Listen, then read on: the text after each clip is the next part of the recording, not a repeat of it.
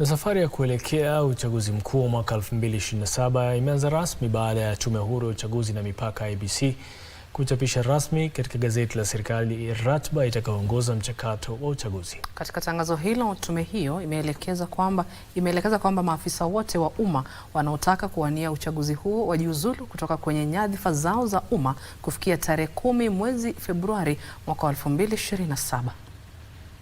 Mwenyekiti wa Tume Huru ya Uchaguzi na Mipaka IEBC Erastus Ethekon amethibitisha kuwa uchaguzi mkuu utafanyika tarehe 10 mwezi Agosti mwaka ujao. Siku hiyo wapiga kura watachagua rais, magavana, maseneta, wawakilishi wanawake, wabunge na wawakilishi wa wadi.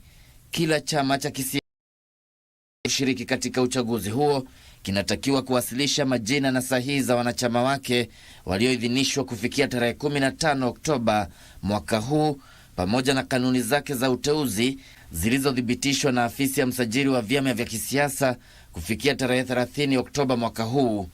Sheria pia zinahitaji vyama vya kisiasa kuwasilisha majina ya watu watakaowania katika kura za mchujo za vyama kufikia tarehe 8 Aprili mwaka ujao, ambayo ni takriban siku 21 kabla ya siku ya uteuzi.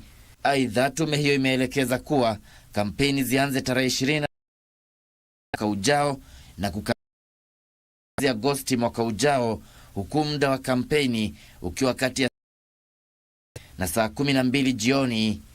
Vyama vya kisiasa na wagombea pia wanatakiwa kuwasilisha majina ya mawakala wao wakuu wa ngazi ya eneo bunge na kitaifa kufikia Julai tarehe 27 mwaka ujao.